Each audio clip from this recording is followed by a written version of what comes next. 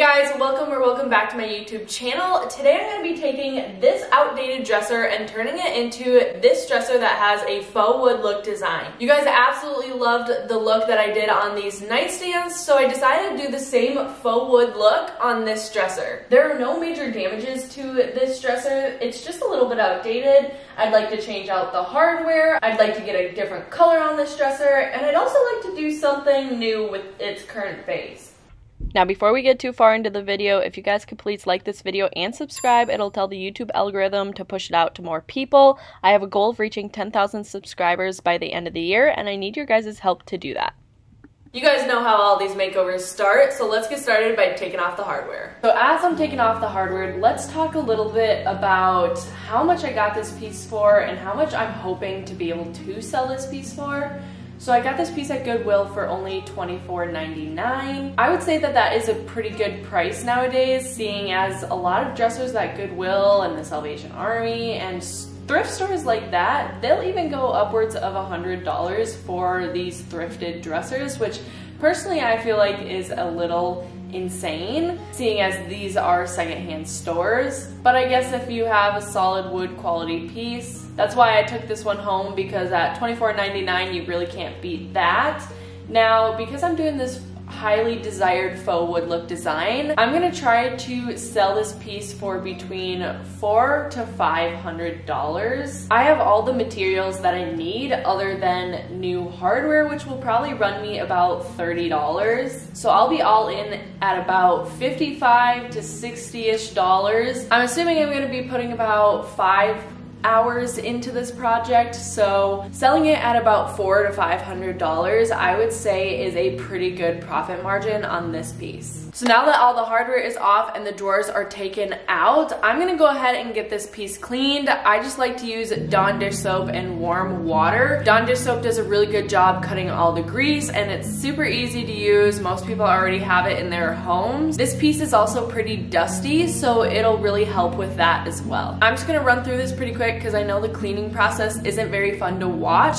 But one thing that I do want to let you guys know is that if you are using Dawn dish soap or any soap that is similar to Dawn dish soap that will create like the bubbly residue, make sure that you are going back and wiping everywhere down with just regular warm water afterwards. Surprisingly or not, that soap residue can actually show up through the paint if it is left behind, and you definitely don't want that because then you have to strip back the paint and basically start over, so don't skip that step. Previously I mentioned that I wanted to change out the hardware, and in order to do that, most of the time you do have to fill in the existing hardware holes. So we're gonna do that right now. I'm just gonna be using this plastic wood from DAP. I need to fill in all of these holes other than this one, because as far as these middle drawers go, I am going to be changing it so that it's this one knob like this, so this one can remain the same, but these are gonna have to get filled in because there's 2 holes and we just need one right in the middle there.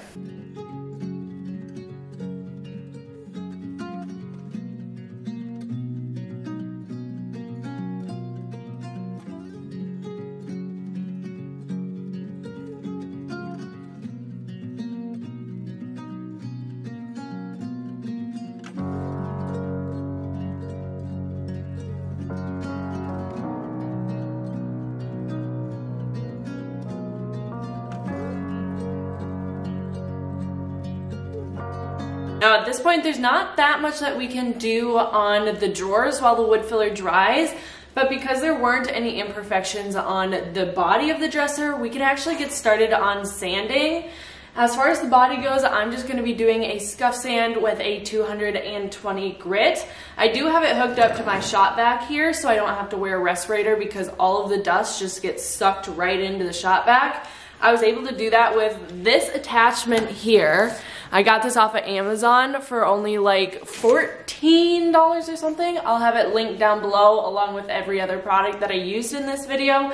just in case you guys are interested. Doing a scuff sand is so important, especially when you are putting paint on a dresser. The main reason that we do scuff sand is so that the paint will adhere to the surface for a long time to come. I think it's especially important to really take my time on this top here because it is actually a laminate top. And if I were trying a new paint, I would definitely be using a primer before I paint, but because I've used the paint that I'm going to be using in this video so many times, I fully trust that this paint will adhere for a long time to come. I actually have a couple pieces of furniture in my possession that I've had for quite a few months now without priming and just doing a really good scuff sand, and they have held up perfectly. So as long as I do a good job doing this, I feel comfortable selling this piece, knowing that the paint is going to stay on for a long time to come. All right, so off camera, I'm just going to wipe down the surface. There's obviously a little bit of dust on it, and I want to make sure all of that is off before we start painting. So after that, I will meet back up with you guys and we can start talking about what paint we're going to be using. All right, so it's been a little bit since I got this piece all wiped off. All the dust is gone. I also had the chance to go back and sand all of the excess wood filler, as well as give the drawers a scuff sand. Since it's been a couple hours, it was dry and ready to be done, which means we are all caught up now and everything is ready for paint. For paint, I'm gonna be using one of my all-time favorites. It's from Valspar Signature Paint in the color Oattbran. I actually got this paint from the discount section, so it only cost me $9, and I'm almost done with it, but this is definitely gonna be one of the paints that I re-up on, even though I probably won't get it for a discounted price again. But I am so happy that I found it, because it has easily grown to be one of my favorites. This is a great base color for the Pottery Barn finish that we are going for. It's very creamy, and once we put the glaze on top of it, it's just gonna look so good. We just gotta open this up, get it stirred up, and I'm gonna be rolling on this paint today.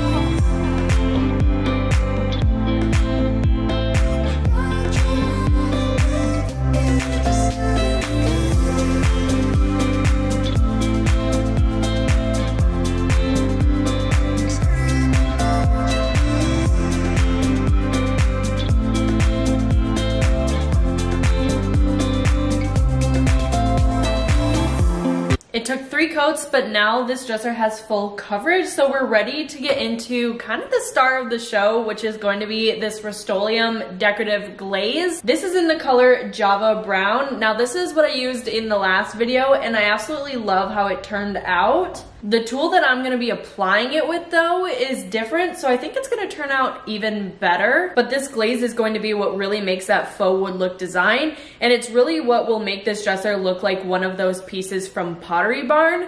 But what's nice is that at the end of the day, this dresser is still a solid wood piece and is built to stand up to time, whereas pieces from Pottery Barn are made of cheap materials like particle board and MDF. So now that I have this in the container, I'm just gonna be using this brush to wipe it all on. In the last video that I did doing this faux wood look design, I used like a broom head and it worked, but I think it could be a lot better. So today in this video, I'm going to be using this latex paint brush. Now this brush is pretty wide, so I think it's gonna work out pretty well. I'm never actually going to dip this brush into the paint though. That's kind of what this brush is for, and then this brush is just to fan everything out. I think I'm gonna have a lot more control with this brush going back and forth like this.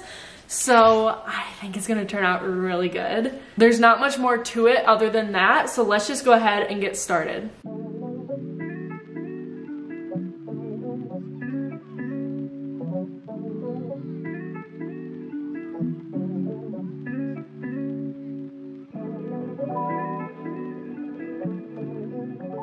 I'm curious to know what other tools you guys have seen that was used to create this faux wood look design and what method you think works best. So far, I really love using this bigger brush. I know Black Sheep House does a lot of these videos as well and also has some really great tips on this technique.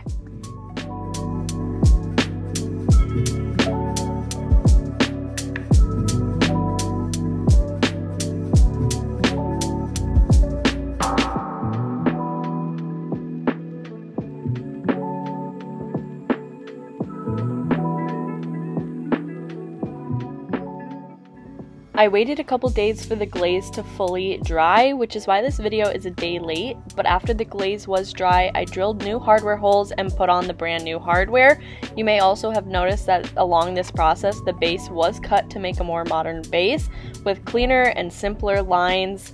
Now, one last time, if you guys could like this video and subscribe if you haven't already, it really does help my channel. Any interaction like liking, commenting, and sharing will boost this video for the algorithm. With all that being said, now let's finally go ahead and get into the final reveal.